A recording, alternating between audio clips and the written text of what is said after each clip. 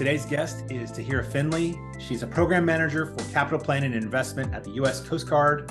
And Tahirah and I have a history together. We worked at Millennium Challenge Corporation for quite a while in the trenches, getting to know each other. And I'm so glad you joined me today, Tahirah. I'm so glad that you're having me today, Jeremy. So for those who have not worked with you or hung out with you or talked with you, share a bit about your background, where you're from, who you are, and what you do. So I'm originally from Washington, D.C., born, and I say semi-raised because I feel like Brooklyn raised me. That's where I went to school, in college, and then I moved back for grad. I surprisingly did not stick to my major. I did several majors, and then I kind of became focused, I guess, in my, I would say, sophomore to junior year of college. So I always joke and tell people, take your time making a decision. So what was that first program of study that you dived into? Well, you'll be surprised to know it actually was mortuary science. Ooh, that is interesting.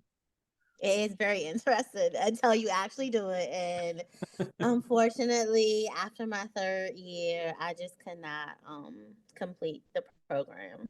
And so I completely gear shifted and I went to communications and mass communications, which I Wait. So you went from mortuary science where there's nobody talking to you to communications. Isn't that like, so I wanted to own, so I have to preface this. So mortuary science is actually something that is in my bloodline. My grandfather actually owned a funeral home in Harlem, so it was a big deal. I wanted to know not just grieving, but the process, communicating with family and all those things. And although, people that have passed do not speak, it is still an experience for those that they leave obviously behind. So it was more so an experience, and that's what most of my jobs now have been, experiences, learning experiences, job experiences, people experience, is how I make the decision. And so although I made that decision, I just, it was harder doing all of the final prepping to get to the certificate part of that program. And so communications kind of was like, you have to do it in addition to the labs and stuff. Mm-hmm. So I already had what I needed in comms. And so I got the degree in there. And then you said you went on to grad school? I did. So I went into grad at Trinity and I decided to do focus communications and marketing. Um, and then it turned into international communications because I just had a thing with learning other parts of the world, not just communicating within our United States realm. And so you graduated?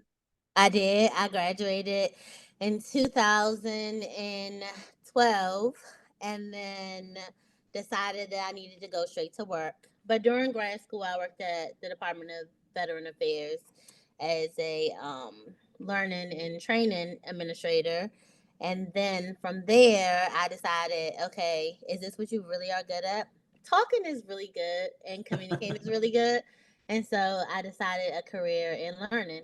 And for 13 years, that's what I did, was learning until 2 weeks ago. Until 2 weeks ago. Well, let's first talk about, and 2 weeks ago, and depending on when this episode came, right, it's a little further back, but I knew you when you were doing learning at Millennium Challenge, MCC, Yes. Which was a big deal because when I first got to the agency, the learning program was pretty tiny and you had a fairly large impact on how that turned out. So,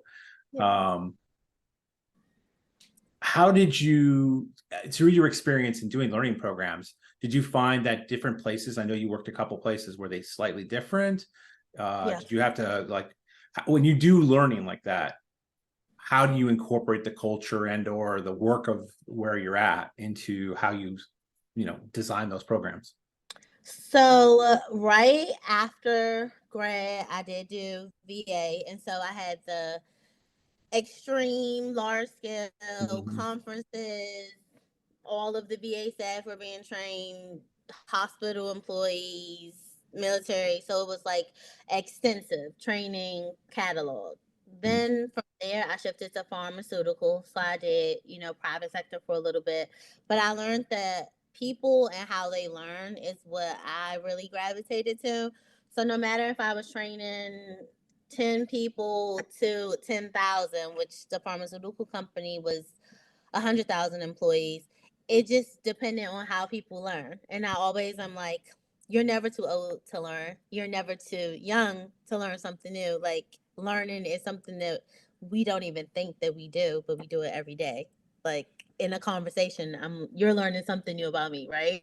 Yes. So it was what I really gravitated to was for experience.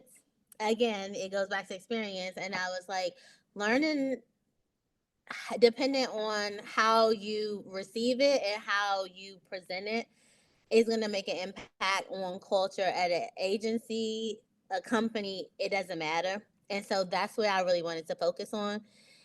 I don't like when people say training, training, training. No, adults, we are adult learners. We learn, learn, learn. So I don't want you to have to feel like you're required to do something. Something's mandated. I want you to feel like you're a part of it. And that's why I was extremely excited to accept MCC where we met, because it was like my first manager said it's a canvas. Like, you literally can brush stroke and script whatever you have in your mind to build the program. And so that's what excited me to come to MCC. Yeah, and you did that for 6 years, is that correct? 6 years. Yeah. From onboarding to exiting to new employee orientation, all the way to our language and every other program that we were able to launch. It just was like an exciting 6 years of when a smaller agency adapts to other larger agency ideas and still is able to take personalized experiences on. Yeah, and for those who don't know who Millennium Challenge is, MCC, it's a foreign aid. They're in the foreign aid space. So you mentioned languages, right? So we have people all over the world from MCC doing the work that they do to do economic development, and so of course the languages would fit in there, and potentially even some training along or learning, sorry, some learning along the mat of what they're trying to get accomplished, right? Because we had a lot of economists that work at that agency, a lot of project management style people who work at that agency. And so it's a very interesting mix of talent that, as you said, needs to continue to learn and grow their skills. Exactly. And no matter levels, everyone felt as if their input actually mattered in how they receive their learning experiences. Yeah. Aside from obviously the mandatory training plans, which, I'm no longer there, but I had nothing to do with the actual That's government. scheduling. That's just government. So Right. then, It's government, right? yeah. So from a career perspective, then what was the kind of spark for change here recently? So this is like, I hate to toot LinkedIn's horn because they did not sponsor this video, but LinkedIn actually was how I got to MCC. It was how I actually got to USCG. So I had been offered a few positions in my 6 years, and literally everyone that had offered or reached out had seen me on LinkedIn, or they had like come across my name. Somebody else referred them, and they were like, "Hey, we have a position." And so one of the program managers that was leaving here was like, "I think you would be a great fit. Like, you keep people on task. You're excited to know." You have experience in innovation and technology. You're trying to like pair the two. I think this is a great fit. And honestly, I was like, do I really want to take the leap? And it just so happens that I actually took the leap. And I think it's going to be a great fit because, again, it's going to be a combination of everything that I've been doing all of my career to actually like hone in on a specific program to see it from implementation to execution phase. That's amazing. And it's scary, but it's amazing. Yeah. As somebody who left MCC 2 years ago, I know exactly what you're going through when you it's a little bit of mourning, because MCC's got an amazing culture, great people, but at the same time, really unique job opportunities are hard to pass up. That is true. That is true. So as you've gone through this interesting career and education path that you've had, what's something that you may have witnessed that you were like, man, I wish they didn't do it that way. I wish they did that differently. And if let's just say Tahirah today, you have the power to make that change, or maybe the change, maybe it's a big thing. And so you have the power to get us to think about the change. What would you do differently if you had the ability to set us on a different path? So I think I would like start, let's say 2 years before me taking MTC. The position that I held prior to MTC was manager of learning and technology at my previous company. And we were adopting a new LMS. We all know learning management systems can be either the bane of a company's existence, not just financially, but user adapting and functionality, obviously, being the top. I think that if management, leadership, and financial like contributors thought more on how functional and user adaptable systems would be, and be more inclusive and collaborative with those that actually are going to use it on the day to day, opposed to saying this is the best choice because it saves the best Right. dollar for us, that it would be a smoother implementation, a smoother rollout, a smoother return on investment, and analysis on why we actually even switched in the first place. Like having buy-in at the beginning, I feel like it should have been the first piece of maybe why a system was put in place, to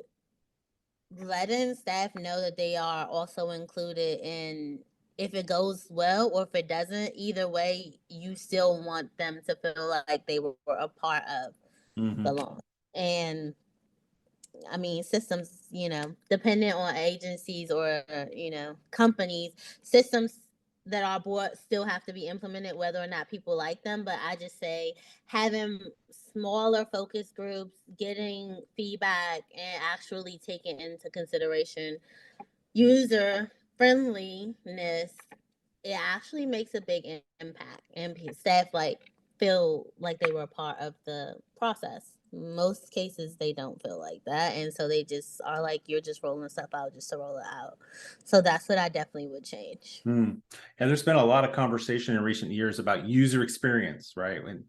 And I would say you're right. The reason that has been a big wave of, hey, pay attention to this, it's because of all the failed rollouts of not just learning systems, right, but all kinds of systems that didn't take into account how it was going to be adopted by the population. And user experience has a lot to do with that. And user experience is not just the design of the system, it's the whole package, right?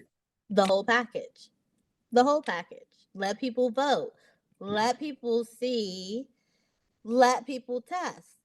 And even if it has to be released, listen and actually try to make changes. Don't just say, well, it's here and it's just going to be here, so either deal with it or get marked like incomplete or just incompliant. Like, no, listen. People, like, staff actually like to know that you're listening. So I would say definitely changing management's approach on that would have been something I wish I actually would have spoke up about a few times before systems went live. But you learn again. Yeah, You learn. you So constantly learn. yes. So what's next for you, Tahirah? Anything coming besides getting integrated, or maybe it is that getting integrated in the Coast Guard?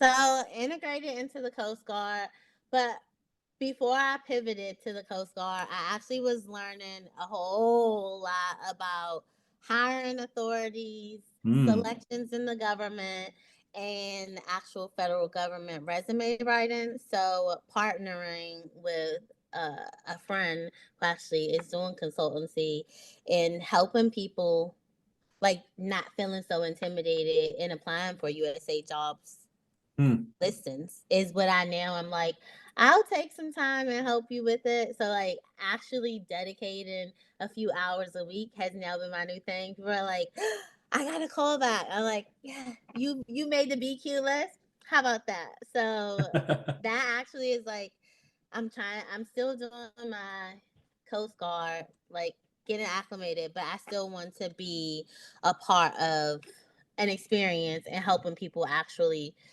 get into positions that they probably felt that they could never get into, because I mean I was terrified of USA jobs profiles too at one point. So Well, I think that's amazing because, yeah, I agree. Getting into government is a weirdly convoluted process, and understanding USA jobs is a skill that most people don't have. Even those of us who've been in government for a long time don't always understand exactly what those statuses mean and who can apply and who can't apply. And oh, it's a mess. And then yes, the federal resume is completely unique in all of my experience. It's different beast. So I appreciate that you are giving back in that way. And if I ever need to change jobs again, I know who to call. Take a look at my absolutely, call me anytime, Jeremy. You can reach out to me anytime you want. Well, Tahirah, I want to thank you so much for coming on the podcast and sharing your story and your journey and your passion. And I just can't wait to see how things go for you.